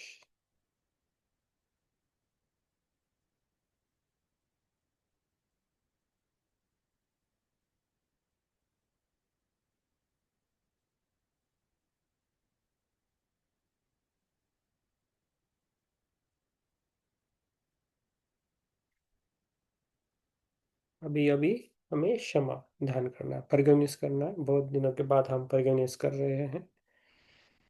गहरी श्वास को लेना है, श्वास को लेना है और धीरे से छोड़ देना है। अब अपने हृदय पर एक शांत झील की कल्पना करें। अभी अपने हृदय पर एक शांत झील की, झरने की कल्पना करें और मन में कहना है, मैं स्वयं को क्षमा करती हूँ। मैं स्वयं को क्षमा करती हूँ। मैं स्वयं को क्षमा करता हूँ। मैं स्वयं को क्षमा करता हूँ। मैं स्वयं को क्षमा करती हूँ। मैं स्वयं को क्षमा करती हूँ। मैं दूसरों को क्षमा करता हूँ। मैं दूसरों को क्षमा करती हूँ। मैं दूसरों को क्षमा कर रही हूँ। मैं दूसरों को क्षमा कर रहा हूँ। मैं दूसरों को क्षमा कर रही हूँ। मैं मेरे अतीत को मुक्त करती हूँ। मैं मेरे अतीत को मुक्त करती हूँ। मैं मेरे अतीत को मुक्त करती हूँ। मैं मेरे अतीत को मुक्त करता हूँ। मैं मेरे अतीत को मुक्त करता हूँ। मैं दूसरों को क्षमा करता हूँ। मैं दूसरों को क्षमा करता हूँ। मैं दूसरों को क्षमा करती हूँ। मैं स्वयं को क्षमा करता हूँ। मैं स्वयं को क्षमा करता हूँ। मैं स्वयं को क्षमा करती हूँ।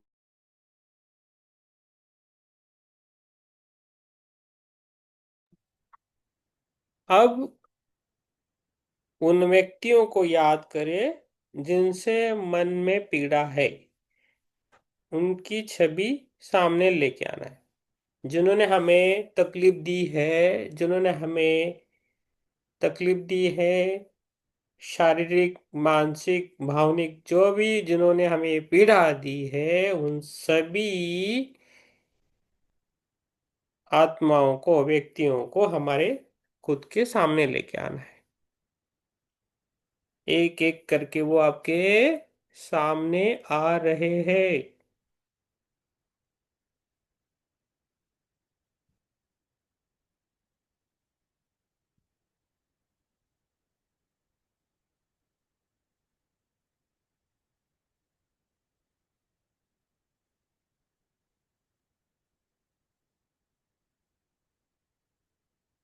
और वो सभी सामने आ गए हैं और उनको अभी बोलना है, मैं तुम्हें क्षमा करती हूँ, मैं तुम्हें क्षमा करती हूँ, मैं तुम्हें क्षमा करती हूँ, मैं तुम्हें क्षमा कर रहा हूँ, मैं तुम्हें क्षमा कर रहा हूँ, मैं तुम्हें क्षमा कर रहा हूँ, मैं तुम्हें क्षमा कर रही हूँ, मैं तुम्हें क्षमा कर रही हूँ, मैं मुक्त हूँ, मैं मुक्त हूँ, मैं मुक्त हूँ, मैं मुक्त हूँ, तुम भी मुक्त हो, तुम भी मुक्त हो, तुम सभी को मैंने मुक्त किया है।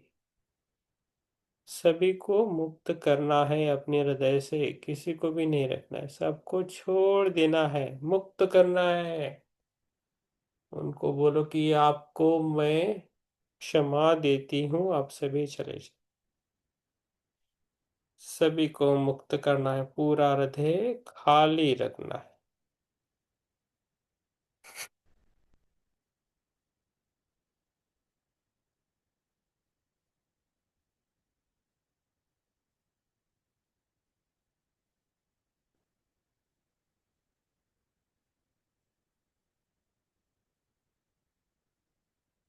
और हमें अभी महसूस करना है हमारा हृदय हल्का हो रहा है, धीरे धीरे धीरे हमारा हृदय अभी हल्का हो रहा है। हमारा हृदय धीरे धीरे हल्का हो रहा है। अभी चरण, पांचवा चरण करना है हमें। श्वास को लेना है और छोड़ देना है। अभी गुरु लक्ष्मी का ध्यान करना है। एक सुनहरी रोशनी की वर्षा की कल्पना करें जो ऊपर से उतर रही है। यह गुरु लक्ष्मी की कृपा है। सुनहरी रोशनी है, जो सुनहरी रोशनी की वर्षा आसमान से हो रही है। कल्पना करना है वो ऊपर से हो रही है। वो जो वर्षा है, सुनहरी रोशनी की जो वर्षा है, वो गुरु लक्ष्मी की कृपा है। और मन में हमें दोहराना है, गुरु लक्ष्मी की कृपा मुझ पर बरस रही है। गुरु लक्ष्मी की कृपा मुझ पर बरस रही है। गुरु लक्ष्मी की कृपा मुझ पर बरस रही है। गुरु लक्ष्मी की कृपा मुझ पर बरस रही है। मेरे जीवन में ज्ञान और समृद्धि का संतुलन है। मेरे जीवन में ज्ञान और समृद्धि का संतुलन है। मेरे जीवन में ज्ञान और समृद्धि का संतुलन है। मैं दिव्य समृद्धि का पात्र हूँ। मैं दिव्य समृद्धि की पात्र हूँ। मैं दिव्य समृद्धि का पात्र हूँ। मैं दिव्य समृद्धि की पात्र हूँ। महसूस करना है, जीवन में हर क्षेत्र में संतुलन आ रहा है। जीवन के हर क्षेत्र में सौभाग्य आ रहा है और जीवन के हर क्षेत्र में शांति फैल रही है। तो हमारे जीवन में संतुलन आ रहा है, सभी चीजों में संतुलन आ रहा है। हमारा शारीरिक, मानसिक और भावनिक संतुलन हो रहा है। हर क्षेत्र में संतुलन आ रहा है। हमारा धीरे धीरे पूरा शरीर हल्का हो रहा है, अच्छा महसूस कर रहे हैं। अभी छठा चरण है, हमें करना है। अभी करना है शक्तिशाली पार्वती का ध्यान करना है, पावर का। आपने श्वास को लेना है और छोड़ देना है। अपने मूलाधार से लेकर सिर तक लाल स्वर्ण शक्ति का प्रभाव महसूस करें। उल्टा प्रभाव महसूस करना है। अपने मूलाधार जो चक्र है उधर से एक लाल स्वर्ण शक्ति का प्रभाव महसूस करना है सिर तक। मूलाधार से सिर तक एक लाल स्वर्ण शक्ति का प्रभाव महसूस करना है। ये माता पार्वती की शक्ति है। ये माता पार्वती की शक्ति है। और मन में हमें बोलना है, मन ही मन में बोलना है, मैं शक्तिशाली हूँ, मैं शक्तिशाली हूँ, मैं शक्तिशाली हूँ। मेरे भीतर दिव्य शक्ति जागृत है। मेरे भीतर दिव्य शक्ति जागृत है। मेरे भीतर दिव्य शक्ति जागृत है। मैं साहसी हूँ, मैं धैर्यवान हूँ, मैं अडिग हूँ। मैं साहसी, धैर्यवान और अडिग हूँ। कल्पना करना है कि हम एक पर्वत की तरह स्थिर है, स्वस्थ है, अचल है, दृढ़ है, निर्भय है, साहसी है, विवेकी है, समंजस है, संतुलित है। हम संतुलित है। हमारे शरीर में ऊर्जा का प्रभाव बहुत आ रहा है, उसे महसूस करना है।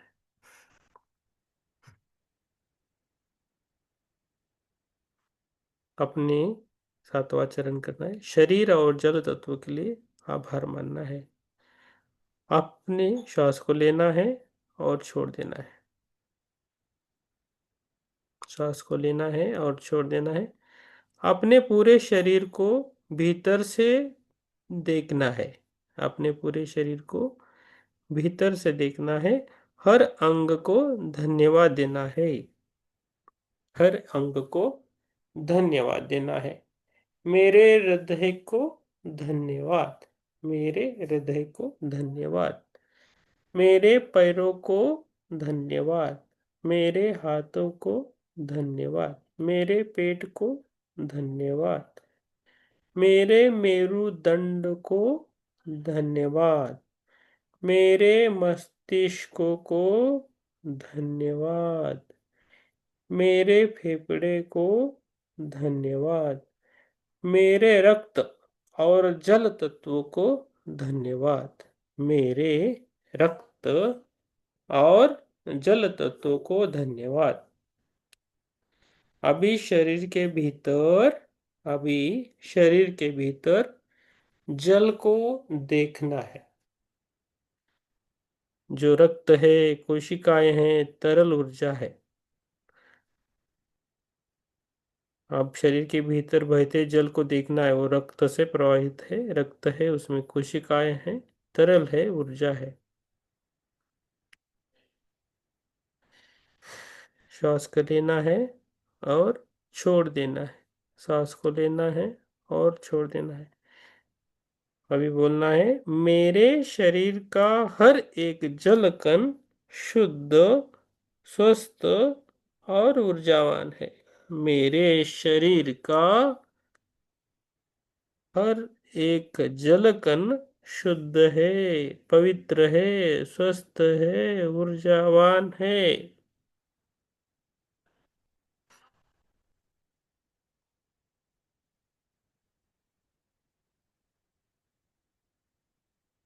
धीरे धीरे हमारा पूरा जो फिजिकल बॉडी है वो ऊर्जावान बन रहा है।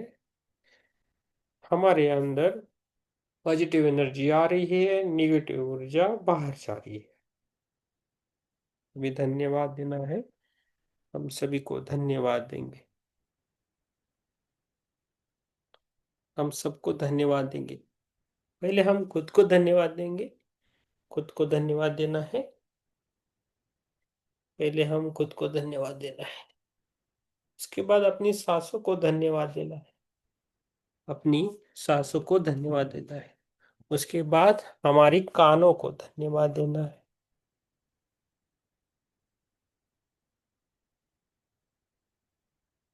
उसके बाद अपनी आंखों को धन्यवाद देना है, अपने पैरों को, हाथों को, पेट को, गर्दन को, मस्तिष्क को, नाक को, सभी को हमें धन्यवाद देना है।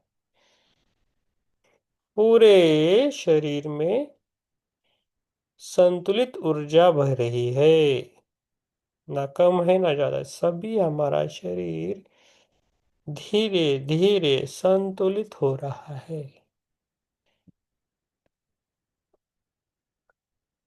सभी गुरु तत्व को धन्यवाद देना है, गुरु तत्व को धन्यवाद देना है। और उसके बाद माता पिता को धन्यवाद देना है, सभी मार्गदर्शक लोगों को धन्यवाद देना है। पृथ्वी माता को धन्यवाद देना है, जल देवता को धन्यवाद देना है, अग्नि देवता को धन्यवाद देना है, वायु देवता को धन्यवाद, आकाश देव को धन्यवाद, सूर्य देव को धन्यवाद, चंद्र देव को धन्यवाद, सभी महात्माओं को धन्यवाद, सभी चौहानों को, महाचौहानों को धन्यवाद, जो हमारा संगोपन संरक्षण कर रहे हैं, सभी को हमारा धन्यवाद। हमें संतुलित बनाने वाले सभी महात्माओं को धन्यवाद। ये पुस्तक को धन्यवाद, सभी को धन्यवाद, पूरे यूनिवर्स को धन्यवाद, जो हमारे अंदर है, बाहर है, उन सभी पूरे यूनिवर्स को धन्यवाद। श्वास कर लेना है और छोड़ देना है।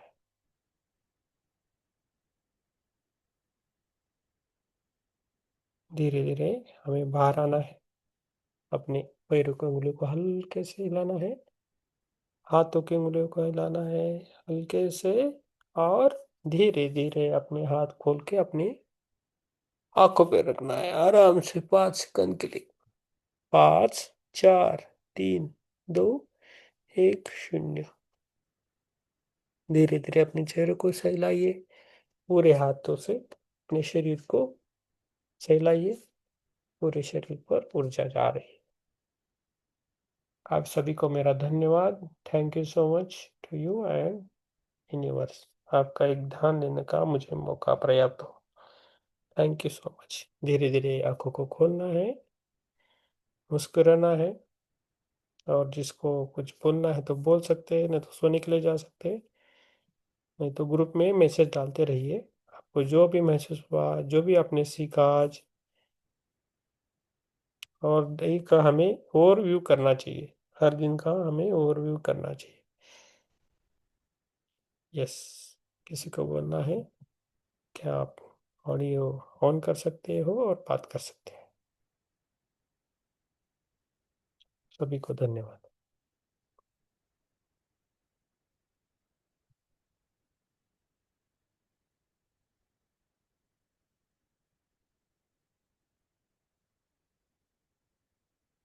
यस, बोलिए। यस, हीरो जी लास्ट को बोलेंगे। यस, ललिता मैम बोलिए। ठीक, अच्छा हुआ ना? धन्यवाद। आज खूप पायाला सगळ्या ज्या नसा आहेत ना माझ्या, ते तुमचं तळपायाच्या मागची नडबीच्या इथली सगळीकडनं खूप सणका मारतायत, खूप सणका. मांडी पण घालतायत मी, म्हणजे घोट्याच्या मागे, पायाच्या बॅक साईडला. हो, म्हणजे म्हणजे त्याला सायटिका नर्व म्हणायचं का माहित नाही, पण नर्व्हला खूप सण सण गेले. 15 दिवस होतंय, आज 2-3 दिवस खूप होतंय. आता मेडिटेशनला त्यामुळे शांतताच मिळत नाही, मग सारखा पाय मागे पुढे खाली असं चालतंय. चालू.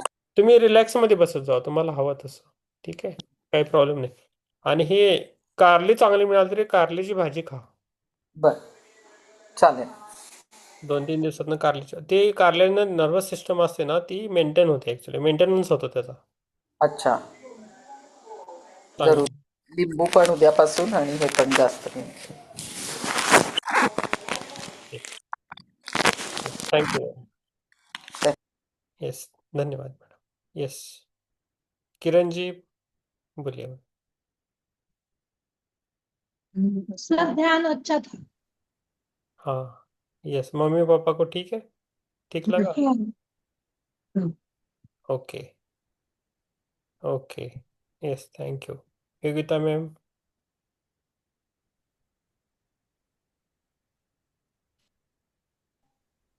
ध्यान अच्छा ठीक है। ओके, यस, प्रभाकर, प्रभाकर कल जी. से लक्ष्मी जैसे दिखाई दे रही थी और आज वापस आपने आ गई थी। है ना, कनेक्ट हो गया फिर, है ना. अच्छा रहा ध्यान। Yes, thank you. यस, गुरु लक्ष्मी भी रहती है, याद रखिए. Yes, thank you. Jyoti ma'am, Vivek. 2 बजे। Yes, thank you. Yes, Chitra ma'am.